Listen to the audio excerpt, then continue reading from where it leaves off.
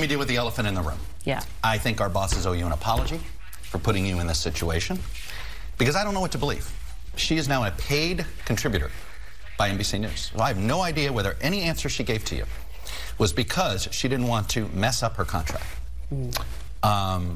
She wants us to believe that she was speaking for the RNC when the RNC was paying for her. So she has credibility issues that she still has to deal with. Yeah. Is she speaking for herself, or is she speaking on behalf of who's paying her? Once at the RNC, she did say that, hey, I'm speaking for the party. I get that. That's part of the job. So what about here? I will say this. I think your interview did a good job of exposing, I think, many of the contradictions.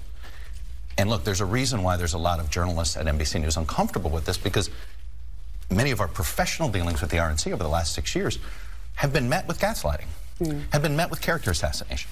So it is, you know, that's where you begin here.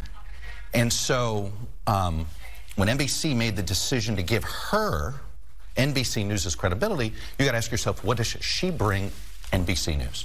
And when we make deals like this, and I've been at this company a long time, you're doing it for access to audience. Sometimes it's access to an individual, and we can have a journalistic ethics debate about that. And I'm willing to have that debate. And if you told me we were hiring her as a technical advisor to the Republican convention, I think that would be certainly defensible. If you told me we're talking to her, but let's see how she does in some interviews and maybe vet her with actual journalists inside the network, see if it's a two-way, what she can bring the network. So I do think, unfortunately, this interview is always going to be looked through the prism of who is she speaking for, right? I think you did everything you could do. You got put into an impossible situation, booking this interview, and then all of a sudden the rugs pull out from under you. You find out she's being paid to show up.